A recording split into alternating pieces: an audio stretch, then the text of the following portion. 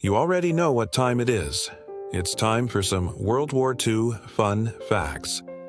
And in today's episode, we're going to talk about the most decisive day of World War II. So make sure to leave a like, share this with your friends, and let's get into it.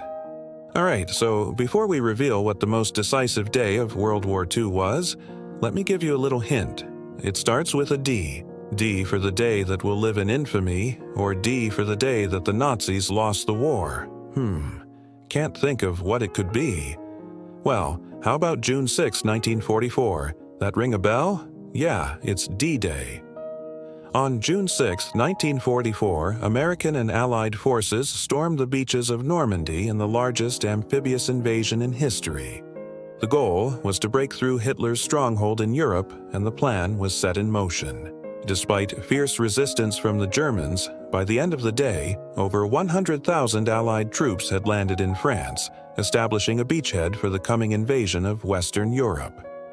This day was a turning point in the war, a pivotal moment that marked the beginning of the end for Nazi Germany. So why was this day so important? Well, up until this point, the Nazis had been on the offensive. They had taken much of Western Europe and were on the verge of taking even more. But with the Allied invasion of Normandy, the tides began to turn. The Germans were forced to retreat, and by the end of the war, they would be completely defeated. D-Day was a victory for the Allied forces, but it was far from easy.